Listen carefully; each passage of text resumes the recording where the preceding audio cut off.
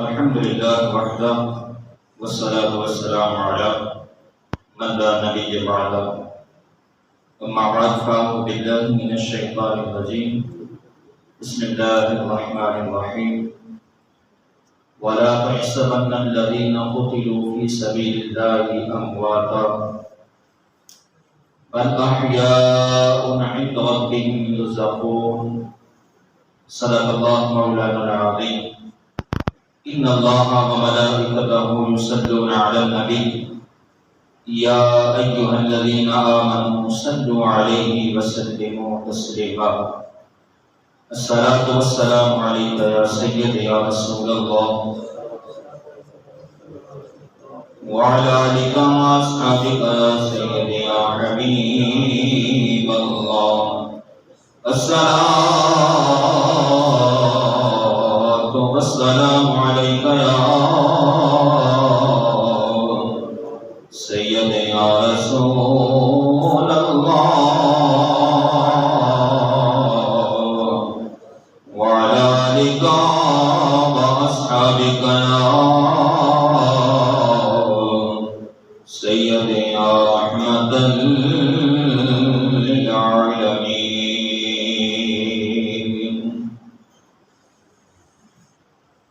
کیسے عیاں ہو قلم سے عثمان کا مقام. کیسے عیاں ہو قلم سے عثمان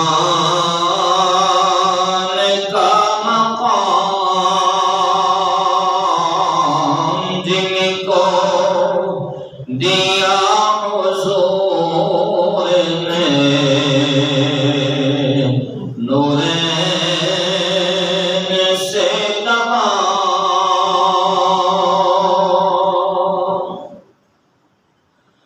داماد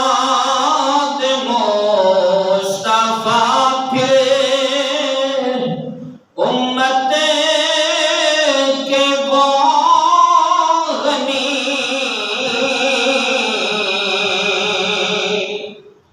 داماد مصطفیٰ پھر امت کے غنی کرتے ہیں جن کی خاطر قدسی بھی اہتمام. کرتے ہیں جن کی قدسی بھی اہتمام. یاد خدا سے ان کو ایسی ملی بقا.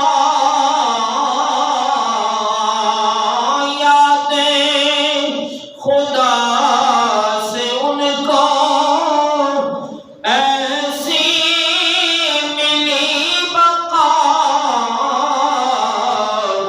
جاری ہے ان کا تذکرہ امت میں صبح و شام.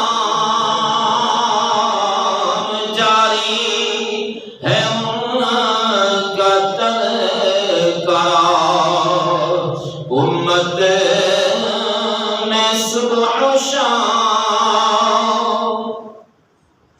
وہ جن کی ہر گھڑی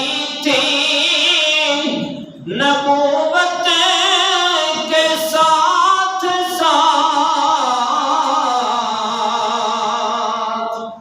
وہ جن کی ہر گھڑی تھی نبوت کے ساتھ ساتھ. وہ جن کے مال و زر سے چلا دین کا نظام. وہ جن کے مال و زر سے چلا دین کا نظام، وہ جن کو رسول پاک نے ایسا کیا پسند، جنت میں اپنے ساتھ ہی ان کو دیا مقام، جنت میں اپنے ساتھ ہی ان کو دیا مقام۔ انتہائی قابل غور شعر ہے۔ محشر کے دن شفاعت عثمان کے طفیل، محشر کے دن شفاعت عثمان کے طفیل، 70,000 ہوں گے جنت میں شاد کام، 70,000 ہوں گے جنت میں شاد کام۔ آصف پڑا ہے جس نے کلمہ حضور کا، کرتا ہے صدق دل سے حضرت کا احترام، کرتا ہے صدق دل سے حضرت کا احترام، نہیں مانگتا یہ آصف کرسی نہ اقتدار، کیا کم ہے کہ کہہ دے عثمان کا غلام، کیا کم ہے کہ کہہ دے عثمان کا غلام۔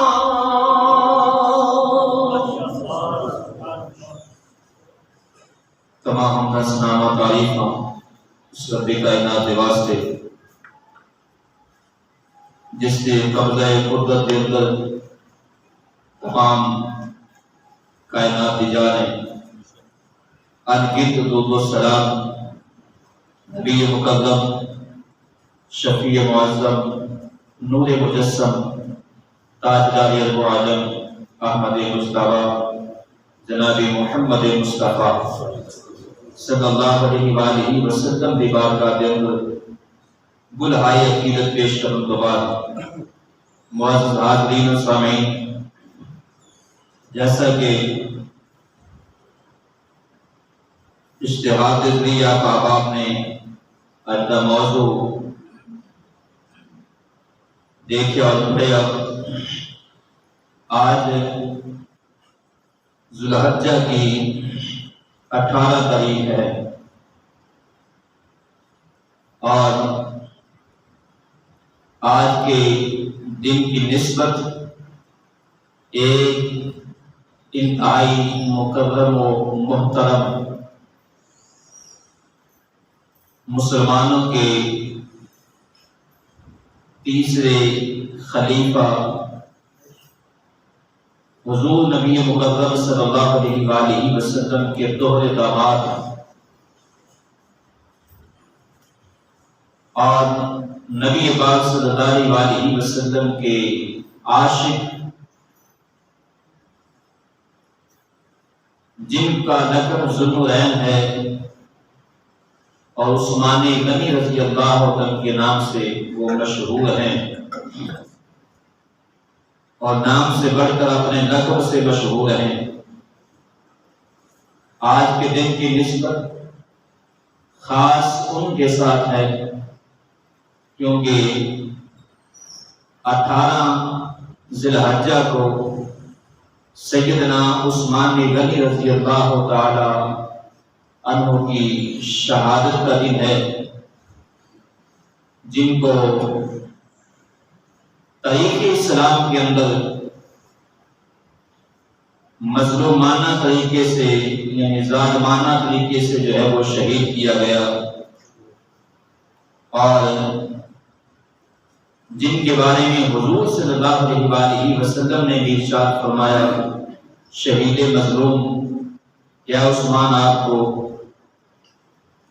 جو ہے وہ ظالمانہ طریقے سے آپ کو جو شہید کر دیا جائے گا، اور جن کی شہادت کی خبر حضور صلی اللہ علیہ وسلم نے پہلے ارشاد فرما دی۔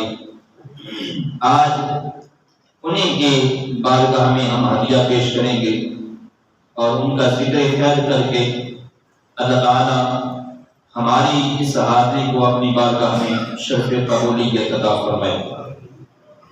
سامعین محترم، عثمان رضی اللہ تعالیٰ عنہ یہ وہ ہستی ہیں جن کے بارے میں حضور صلی اللہ علیہ وسلم نے فرمایا کہ عثمان سے اللہ بھی حیا فرماتا ہے، اللہ کے فرشتے بھی حیا فرماتے ہیں۔ اور مکہ اور مدینہ میں یہ مالی لحاظ سے انتہائی رئیس تھے، یعنی مالی پوزیشن بھی آپ کی بہت اچھی تھی، اور جیسے کہ آپ نے اشعار کے اندر منقبت کے اندر سماعت کیا کہ جن کے مال و زر سے دین کا نظام چلا ہے، جب بھی دین کو مال کی ضرورت پڑی تو سب سے زیادہ سیدنا عثمان غنی رضی اللہ تعالیٰ نے جب بھی ضرورت پڑی اپنا مال پیش کیا۔ یہ ابتدائی اسلام میں ہی کلمہ پڑھ کر حضور صلی اللہ علیہ وسلم کی غلامی میں داخل ہو گئے تھے، اور انہوں نے سیدنا صدیق اکبر رضی اللہ تعالی عنہ کی دعوت پر اسلام قبول کیا۔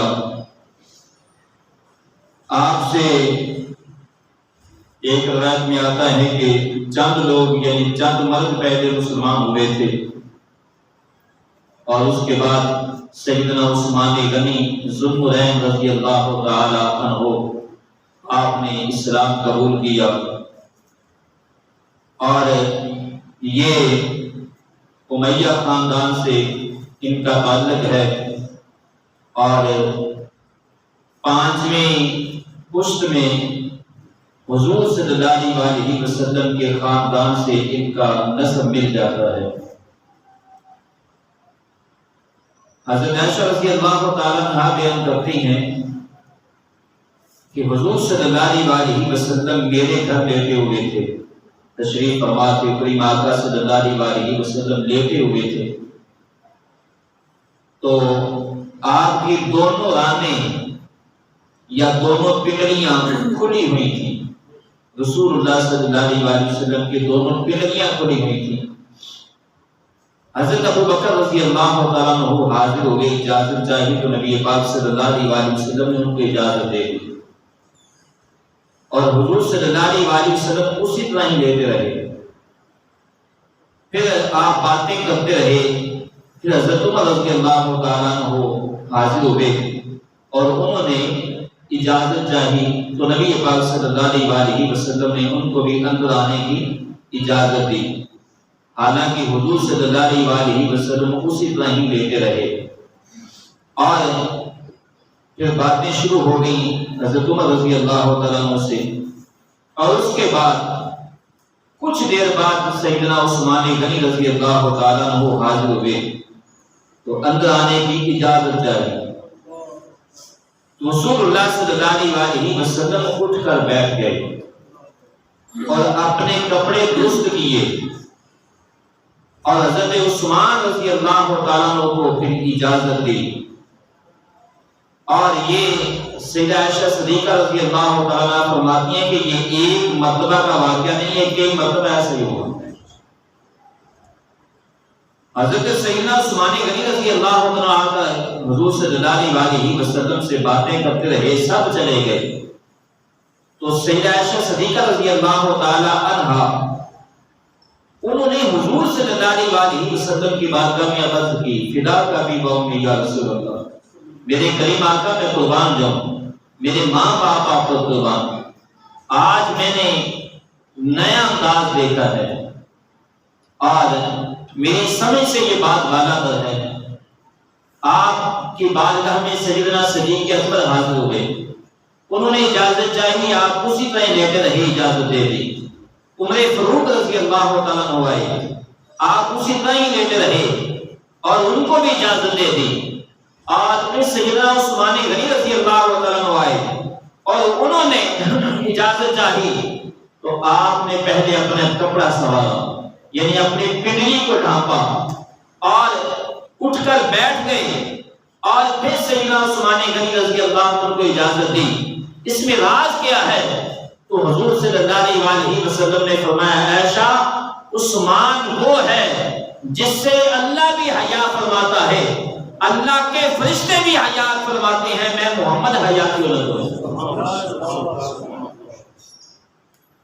یہ عثمان کی شان ہے۔ اور ابو موسیٰ اشعری رضی اللہ تعالیٰ عنہ آپ فرماتے ہیں کہ ایک دن رسول اللہ صلی اللہ علیہ وسلم مدینہ منورہ کے ایک باغ میں تکیہ لگا کر بیٹھے ہوئے تھے اور ایک لکڑی سے کیچڑ کھرچ رہے تھے۔ ایک شخص نے دروازہ کھلوایا، آپ نے فرمایا دروازہ کھول کر اس کو جنت کی بشارت دے دو۔ یہ حضرت ابو موسیٰ اشعری رضی اللہ تعالیٰ عنہ ایک روایت میں یوں آتا ہے، کہتے ہیں کہ میں وضو کر کے مسجد نبوی کی طرف چلا حضور صلی اللہ علیہ وسلم کی بارگاہ میں، اور میں نے گھر سے خیال کیا کہ آج پورا دن حضور صلی اللہ علیہ وسلم کی خدمت میں ہوگا، حضور صلی اللہ علیہ وسلم کی خدمت کروں گا۔ جب میں مسجد نبوی پہنچا، مجھے پتا چلا کہ حضور صلی اللہ علیہ وسلم کچھ دیر پہلے یہاں سے تشریف لے گئے اور فلاں باغ کی طرف حضور صلی اللہ علیہ وسلم تشریف لے گئے۔ میں حضور صلی اللہ علیہ وسلم کے پیچھے کریم آقا صلی اللہ علیہ وسلم کی مکرم و محترم اور حضور صلی اللہ علیہ وسلم کی مقدس خوشبو کو سونپتا ہوا باغ میں پہنچا۔ وہاں جب پہنچا تو حضور صلی اللہ علیہ وسلم اس باغ کے اندر کنویں کے اوپر، کنویں کی منڈیر پر حضور صلی اللہ علیہ وسلم تشریف فرما تھے، اور میرے کریم آقا صلی اللہ علیہ وسلم نے پنڈلیوں سے کپڑا اٹھایا ہوا تھا، اپنے پاؤں کنویں میں لٹکائے ہوئے تھے پانی کے اندر، حضور صلی اللہ علیہ وسلم تشریف فرما تھے۔ میں نے جا کر سلام عرض کیا، اور سلام عرض کرنے کے بعد میں باہر دروازے پر آ گیا اور یہ خیال کیا کہ آج میں پورا دن حضور صلی اللہ علیہ وسلم کے دروازے پر دربان پر بن کر رہوں گا اور ڈیوٹی دوں گا، یہ خدمت اثر انجام دوں گا۔ حضور صلی اللہ علیہ وسلم کی بارگاہ میں سلام عرض کرنے کے بعد فرماتے، جب میں دروازے پر آیا کچھ دیر بعد دروازے پر دستک ہوئی باہر سے، اور میں نے پوچھا کون؟ آواز آئی ابو بکر۔ میں نے کہا ٹھہرو۔ حضور صلی اللہ علیہ وسلم کی بارگاہ میں جا کر عرض کی، یا رسول اللہ صلی اللہ علیہ وسلم، ابو بکر صدیق آئے ہیں۔ میرے کریم آقا صلی اللہ علیہ وسلم نے فرمایا ان کو جنت کی بشارت بھی دے دو، آنے کی اجازت بھی دے دو۔ اس حدیث کو دل کے کانوں سے سننا ہے۔ فرمایا ان کو اجازت بھی دے دو، جنت کی بشارت بھی دے دو۔ سیدنا صدیق اکبر حاضر ہوئے، سلام عرض کیا، اور حضور صلی اللہ علیہ وسلم کی دائیں جانب آپ بھی پاؤں لٹکا کر جو ہے کنویں کے اندر بیٹھ گئے۔ اور پھر تھوڑی دیر بعد ابو موسیٰ اشعری رضی اللہ عنہ کہتے ہیں پھر دروازے پر دستک ہوئی اور میں نے پوچھا کون؟ آواز آئی عمر ہے۔ میں نے کہا ٹھہرو، میں حضور صلی اللہ علیہ وسلم کی بارگاہ میں حاضر ہوا، عرض کی یا رسول اللہ صلی اللہ علیہ وسلم عمر آئے ہیں۔ میرے کریم آقا صلی اللہ علیہ وسلم نے فرمایا انہیں بھی جنت کی بشارت بھی دے دو، اندر آنے کی اجازت بھی دے دو۔ اور میں نے عمر کو اجازت دی۔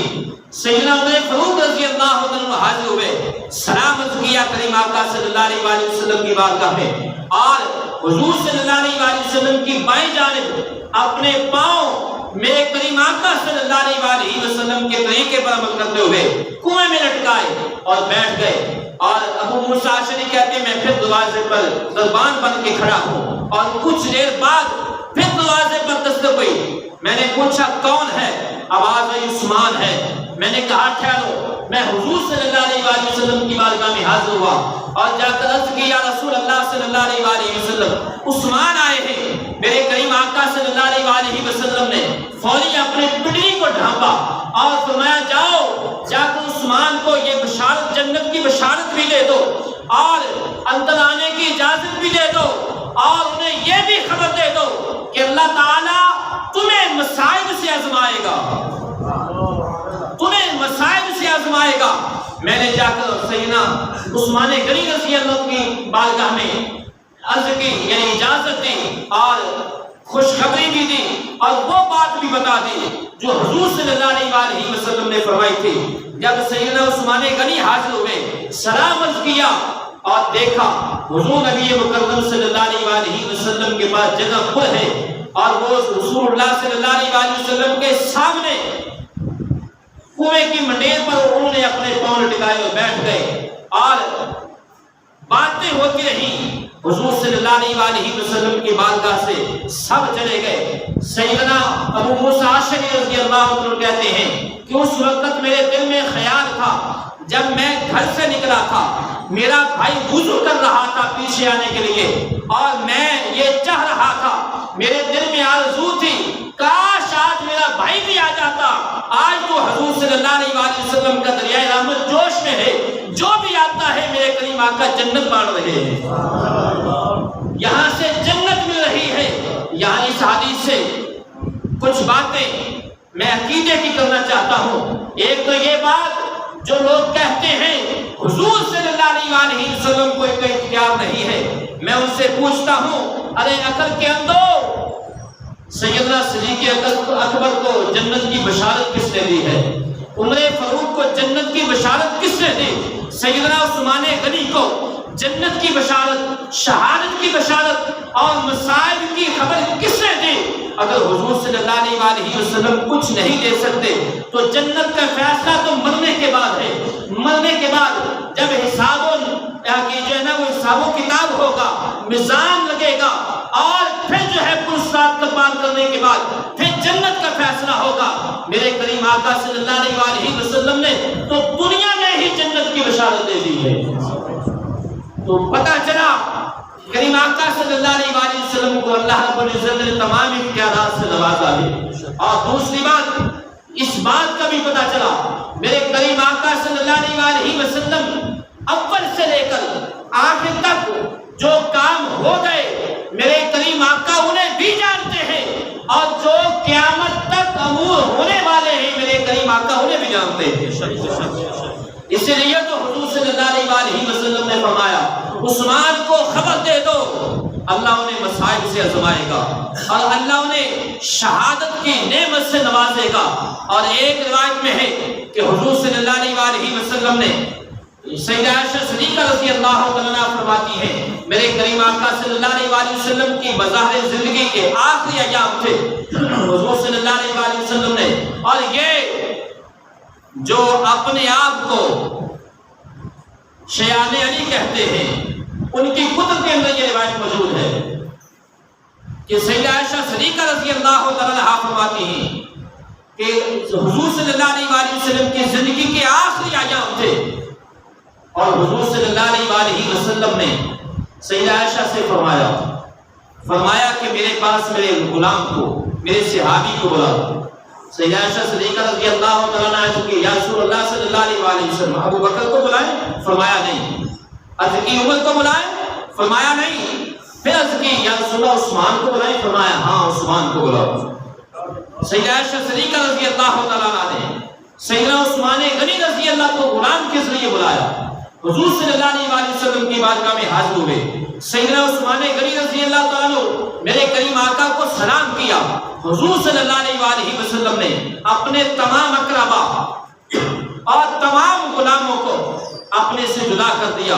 سیدنا عثمان غنی ہے، رسول اللہ کی ذات ہے.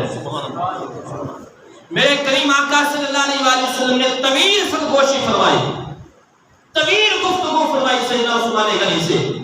اور گفتگو کرتے کرتے سیدنا عثمان غنی رضی اللہ عنہ کے چہرے کا رنگ ایک مرتبہ بدلا، تغیر آیا، پریشانی کے آثار آئے. اور پھر حضور صلی اللہ علیہ وآلہ وسلم نے انہیں اجازت دی. سیدنا عثمان غنی رضی اللہ تعالیٰ عنہ چلے گئے. اور اس موقع پر حضور صلی اللہ علیہ وآلہ وسلم نے فرمایا، سیدہ عائشہ صدیقہ فرماتی ہیں، اے عثمان، اللہ تعالیٰ آپ کو خلافت کی قمیض پہنائے گا.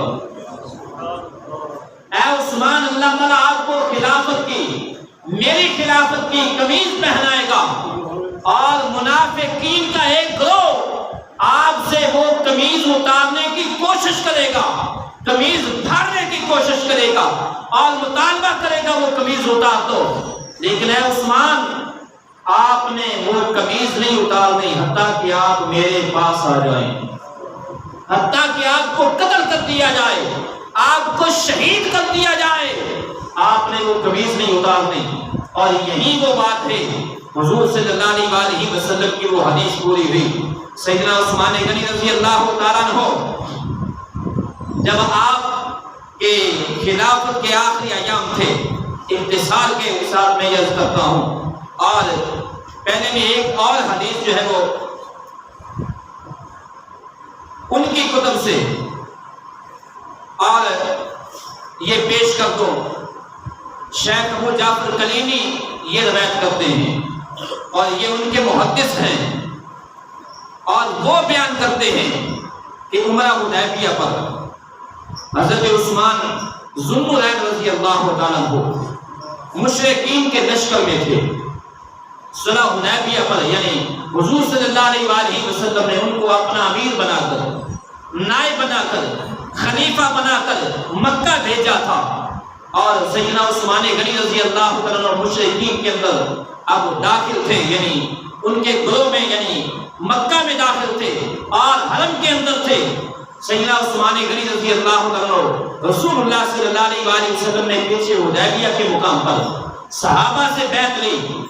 اور صحابہ جب بیعت کر رہے تھے تو کچھ صحابہ نے کہا، عثمان کے مقدر پہ قربان جائیں، عثمان تو اب طواف بھی کر رہے ہوں گے، کعبہ کا طواف کر رہے ہوں گے اور صفا مروہ کی سعی کر رہے ہوں گے.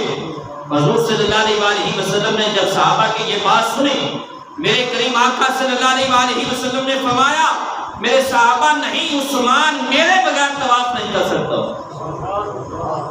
میرے بغیر طواف نہیں کر سکتا.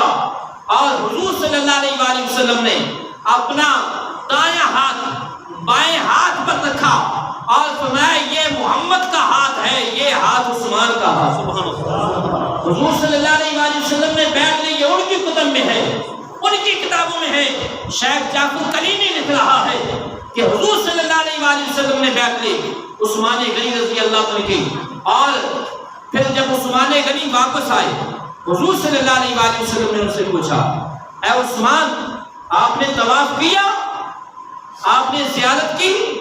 تو انہوں نے عرض کی، فدا کا بھی وہمی یا رسول اللہ، یا رسول اللہ، عثمان کیسے طواف کر سکتا ہے جب ان کی آقا نے طواف نہیں کیا؟ عثمان کیسے طواف کر سکتا ہے؟ عثمان کیسے صحیح کر سکتا ہے جب میرے محبوب نے صحیح نہیں کی؟ عثمان کیسے کعبہ کے چکر لگا سکتا ہے جب میرے کریم آقا نے نہیں لگائے؟ اور اس حدیث سے یہ پتہ چلا سیدنا عثمان غنی کا رسول اللہ صلی اللہ علیہ وسلم سے عشق کتنا ہے. حالانکہ طواف کرنے پر قدرت بھی ہے. مشرکین مکہ نے پیشکش بھی کی، اے عثمان تم آ گئے ہو، تمہیں اجازت ہے، تم کعبہ کا طواف کر سکتے ہو، تم صفا مروہ کی سعی کر سکتے ہو. لیکن قربان جاؤ عثمان کی محبت پر، فرمایا جب تک میرے کریم آقا نے طواف نہ کیا عثمان نہیں کرے گا. اور حضور صلی اللہ علیہ وآلہ وسلم کو سیدنا عثمان غنی رضی اللہ عنہ کی محبت پر اعتماد اتنا ہے کہ حضور صلی اللہ علیہ وسلم نے عثمان سے آنے سے پہلے ہی فرما دیا عثمان میرے بغیر طواف نہیں کر سکتا، عثمان میرے بغیر طواف نہیں کر سکتا۔ اور تو میں عرض یہ کر رہا تھا کہ سیدنا عثمان غنی رضی اللہ تعالیٰ عنہ جب آپ کے خلافت کے آخری ایام تھے، اب یہاں چند باتیں جو ہیں وہ مختصراً میں عرض کرتا ہوں جو سیدنا عثمان غنی رضی اللہ پر تان کی جاتی ہے۔ سب سے پہلی بات جو سب سے بڑی تان کی جاتی ہے کہ یہ سیدنا عثمان غنی رضی اللہ نے اپنے رشتہ داروں کو حکمران بنایا، اپنے رشتہ داروں کو حکومت کے عہدے دیے اور باقی رعایا کو جو ہے وہ نظر انداز کیا۔ مروان بن حکم کو حضور صلی اللہ علیہ وسلم نے مدینے سے نکال دیا تھا، عثمان غنی رضی اللہ عنہ نے مدینے میں بلایا انہیں واپس، اور یہ سیدنا عثمان غنی رضی اللہ عنہ ان پر تان کی جاتی ہے کہ انہوں نے خلاف ورزی کی اور حضور صلی اللہ علیہ وسلم کے حکم کی نافرمانی کی۔ تو یہ بات، یہ جواب توجہ سے سن لیں۔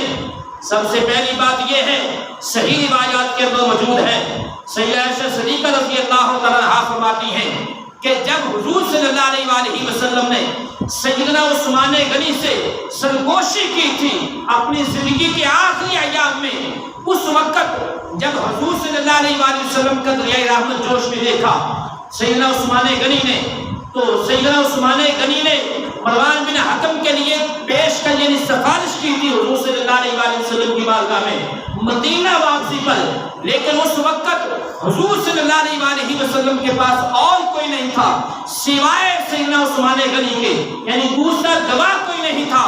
اس لیے جب ابو بکر صدیق رضی اللہ عنہ خلیفہ بنے، سیدنا عثمان غنی نے ابو بکر صدیق کے آگے پیشکش کی تو آپ نے گواہ مانگے، لیکن عثمان کے پاس گواہ کوئی نہیں تھا اور آپ خاموش ہو گئے۔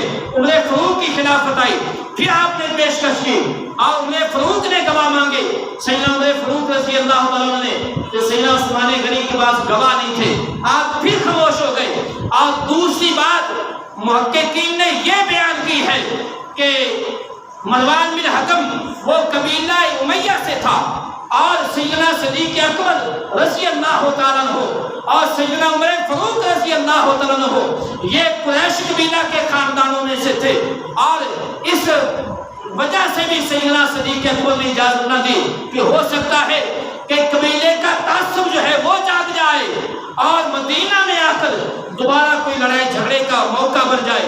جب سیدنا عثمان غنی رضی اللہ عنہ آپ خلافت پر آئے تو آپ امیہ خاندان سے تھے، لہذا وہ قبیلے کا تعصب بھی ختم ہو گیا، اور وہ جو اجازت چاہی تھی حضور صلی اللہ علیہ وسلم سے انہوں نے سفارش کر کے، اور وہ بھی کیونکہ آپ خود حکمران یعنی خلیفہ تھے، اب گواہوں کی ضرورت نہیں تھی، اس لیے۔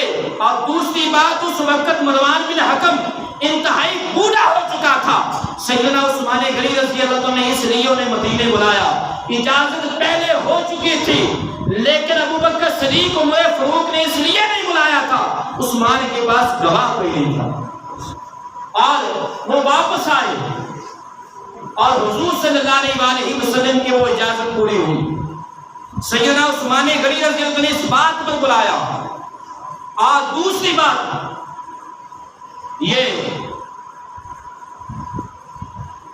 جملے کے اندر یہ ذرا سمجھے، دوسری بات جو عثمان غنی رضی اللہ عنہ کی جاتی ہے کہ انہوں نے حضور صلی اللہ علیہ وسلم کے بعد یعنی اپنی خلافت میں اپنی اقربا کو، اپنے رشتہ داروں کو خلافت کے عہدے دیے اور اس پر تان کیا گیا۔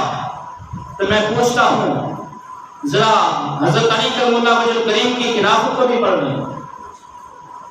سیدنا علی المرتضیٰ شیر خدا کرم اللہ وجہ الکریم نے اپنے اقربا کو خلافت کے عہدے دیے۔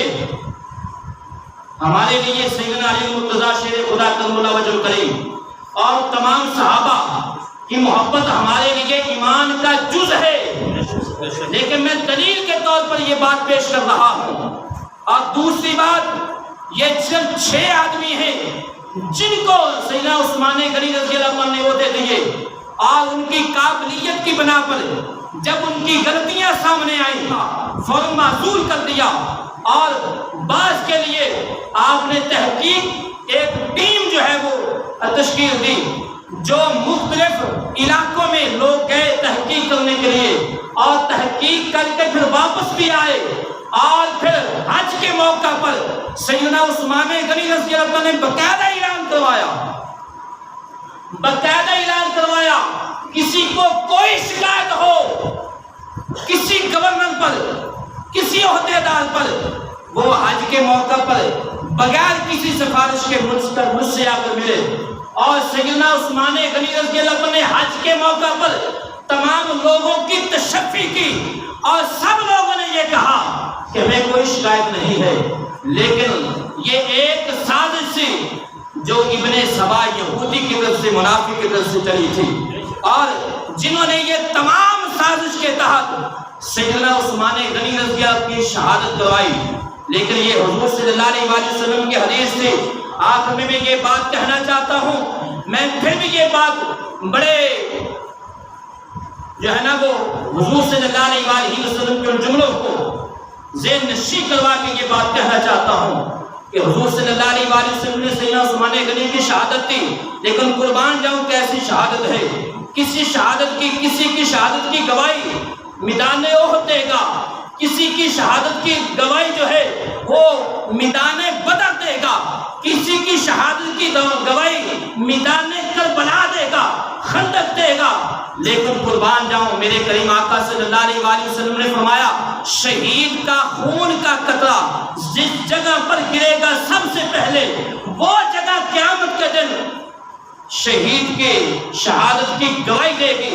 قربان جاؤں عثمان کی شہادت پر جن کا خون کا پہلا قطرہ قرآن کی شہادت پر گرا، فَسَيَكْفِيكَهُمُ اللَّهُ وَهُوَ السَّمِيعُ الْعَلِيمُ، اور قیامت کے دن عثمان کی شہادت کی گواہی قرآن دے گا۔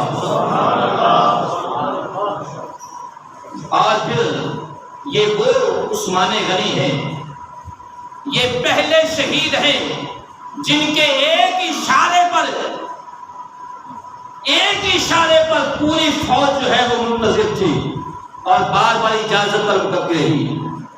اے امیر المومنین اجازت دیں، ہم ان کا ابھی فوری چند منٹوں میں صفایا کر دیں گے۔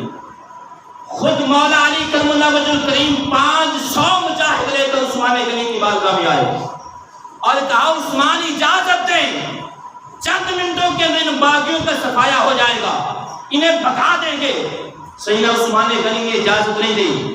سیدنا امیر معاویہ رضی اللہ عنہ نے شام سے پیغام بھیجا، میں ملک شام سے فوج کا دستہ بھیج رہا ہوں، اجازت دیں۔ سیدنا عثمان غنی رضی اللہ عنہ نے اجازت نہ دی، لیکن آگے سے جواب کیا دیے۔ امیر معاویہ رضی اللہ عنہ کو جواب دیا کہ اگر شام سے فوج آئے گی مدینے میں تو مدینے میں جو مال غنیمت ہے، جو خوراک ہے، جو غلہ ہے، وہ مدینے والوں کے لیے ہے، میں شام والوں کو کہاں سے کھلاؤں؟ سیدنا علی کرم اللہ وجہ الکریم کو فرمایا اے علی، میں اپنی جان کی حفاظت کی بنا پر اپنی جان بچانے کے لیے کئی جانیں ضائع نہیں کرنا چاہتا، اور مدینے میں خون نہیں بہا، میری وجہ سے خون بہا نہ ہو جائے۔ اور آپ کو پھر پیشکش کی گئی آپ مدینے سے مکہ چلے جائیں۔ آپ نے فرمایا یہ مدینہ میرا دار الہجرت ہے، میں یہاں ہجرت کر کے آیا ہوں، یہ حضور صلی اللہ علیہ وسلم کی جائے قیام ہے، یعنی قیام گاہ ہے، آخری قیام گاہ، لہٰذا میں اپنا سر، اپنی جان تو دے سکتا ہوں، مدینہ نہیں چھوڑ سکتا۔ آج پھر عثمان غنی رضی اللہ کی پہرہ داری کے لیے، حالانکہ جو باغی آئے تھے وہ صرف 2000 تھے، ادھر کئی ہزار کی فوج تھی جو منتظر تھے، کئی صحابہ منتظر تھے۔ مولا علی کرم اللہ وجہ الکریم 20 تو آپ کے غلام تھے سیدنا عثمان غنی رضی اللہ عنہ کے، اور آپ کا گھر بہت کھلا گھر تھا، 20 غلام تھے گھر کے اندر، اور اس کے باوجود سیدنا علی المرتضیٰ شیر خدا کرم اللہ وجہ الکریم نے حسنین کریمین کو بطور پہرے دار کھڑا کیا تھا، بطور پہرے دار کھڑا سیدہ سلمہ رضی اللہ تعالیٰ عنہا آپ کے لیے پانی لے کر گئی اور جن کی بے ادبی کر کے بے حرمتی کر کے پانی توڑ نہ پہنچنے دیا، سیدنا عثمان غنی کے پاس پانی نہ پہنچنے دیا، اور شہادت سے چند دن قبل 40 دن محاصرہ رہا ان کے گھر کا، پانی بھی بند ہوا، کھانا بھی بند ہوا، کوئی چیز نہ جانے دی، اور آپ نے چند دن پہلے کھڑے ہو کر اپنے چھت پہ یا دیوار پہ کھڑے ہو کر محاصرہ والوں سے کہا تھا، اے لوگوں بات غور سے سننا، میں عثمان وہ ہوں جو دماد مصطفیٰ ہوں، اور میں دوہرا دماد مصطفیٰ ہوں، اور دوسری بات میں وہ ہوں جب مدینے کے اندر پانی میٹھے پانی کے لیے صرف ایک ہی کنواں تھا اور وہ یہودی کے پاس تھا، جب حضور صلی اللہ علیہ وسلم نے اعلان فرمایا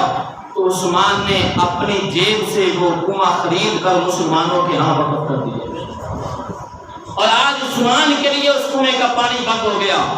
جب مسجد نبی کی توسیع کی باری آئی تو حضور صلی اللہ علیہ وسلم نے جنت کا اعلان فرمایا، عثمان نے اپنی جیب سے مسجد کی توسیع کروائی اور وقف کر دی، آج اس مسجد میں عثمان کا جانا بند ہو گیا۔ اور جب غازیان اسلام کو مال کی ضرورت پڑی، حضور صلی اللہ علیہ وسلم نے اعلان کیا، عثمان نے 70 اونٹ بمار سامان پیش کیے حضور صلی اللہ علیہ وسلم کی بارگاہ میں، اور حضور صلی اللہ علیہ وسلم نے اس موقع پر فرمایا تھا، آج کے بعد عثمان پر اللہ اس طرح راضی ہے کہ آج کے بعد عثمان جو بھی کرے اللہ اس پر راضی ہے۔ اللہ نے سب کچھ معاف فرما دیا، اور جمعرات کو آپ پر وار ہوا 17 ذوالحج کو، اور جمعرات کے دن حضور صلی اللہ علیہ وسلم کو حضور صلی اللہ علیہ وسلم خواب میں زیارت ہوئی سیدنا عثمان غنی کو، اور حضور صلی اللہ علیہ وسلم نے سیدنا عثمان غنی کو فرمایا، اے عثمان ہم آپ کے منتظر ہیں اور کل آپ کی افطاری ہمارے ساتھ ہوگی۔ اور جمعے والے دن آپ کی شہادت ہوئی 18 ذوالحج کو، اور اس وقت آپ قرآن مجید کی تلاوت کر رہے تھے تو حضور صلی اللہ علیہ وسلم نے فرمایا، جو جس حال میں مرے گا قیامت کے دن اسی حال میں اٹھایا جائے گا۔ قربان جاؤں سیدنا عثمان غنی کی شہادت پر آپ قرآن پڑھتے ہوئے شہید ہوئے، قیامت کے دن قرآن پڑھتے ہوئے اٹھائے جائیں گے۔